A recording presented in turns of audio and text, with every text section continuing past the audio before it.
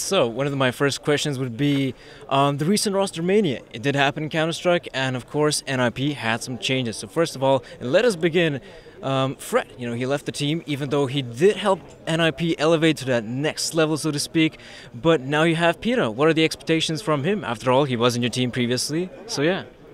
Yeah, I mean, f0rest, first things first, f0rest wanted to just proceed in life. He wanted to get out of esports, so it's a great loss for NIP for sure. As you said, he did a lot for us and changed the way we played CS, and I think a lot of teams kind of respected the way we played as well. But in terms with Peter on what he can do, I think he's also a great coach. He's been with us, as you stated before, and we've reached 2 major finals. I think we even won Cologne with Peter. Yeah, so he has a lot of experience under his belt as well, and he has a great mind for CS as well. And he's really good in terms of understanding how we play our fields and how we want to approach the game. So 2 different styles. f0rest is a bit more tactical approach.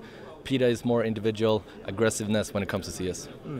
Okay, so now that we got the coach out of the way, of course now you have Dennis instead of Exist. But before that, were you maybe thinking of trying to go for a gamble, maybe try to pick up some new up-and-coming Swedish talent from the Swedish scene? After all, there are a bunch of talents there. Was that a possibility for NIP?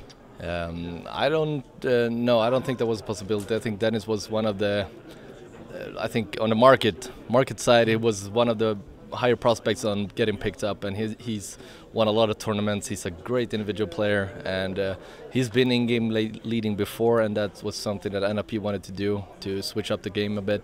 So Dennis was, I think, an obvious pick and a great pick to do. What Dennis can exactly bring into the NIP roster that, say, somebody like Exist wasn't able to? I think we've kind of just reached a point where we got kind of stale as a team on how we played, and I think NIP wanted to just switch it up a bit, get a different type of mind on to lead things, and Dennis was the man who got brought in, and he's an aggressive player, an aggressive caller. He likes to take the opportunity that opponents give us and really abuse that, and it's a very high explosive game compared to Exist. And talking about the addition of Dennis, this pretty much screams to me the fact that Counter-Strike is going to a new shift. Now we're pretty much losing the El Clasico, always having an in-game leader that de facto in-game leader like, say, Exists, so to speak, Existence as well. Do you agree with this sort of new shift that's happening, the fact that teams are trying to go for more firepower instead of, so to speak, the brain, going more for brawn except for the brain? I think it's just the way it's naturally switches in CS.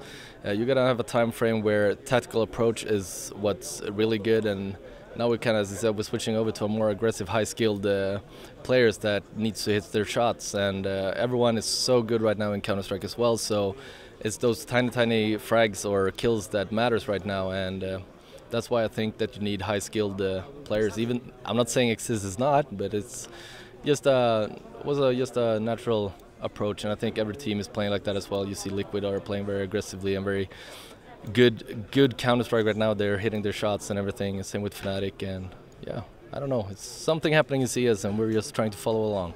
So that's actually pretty good thing you noted there about Liquid. That's going to be quite good for my next follow-up question.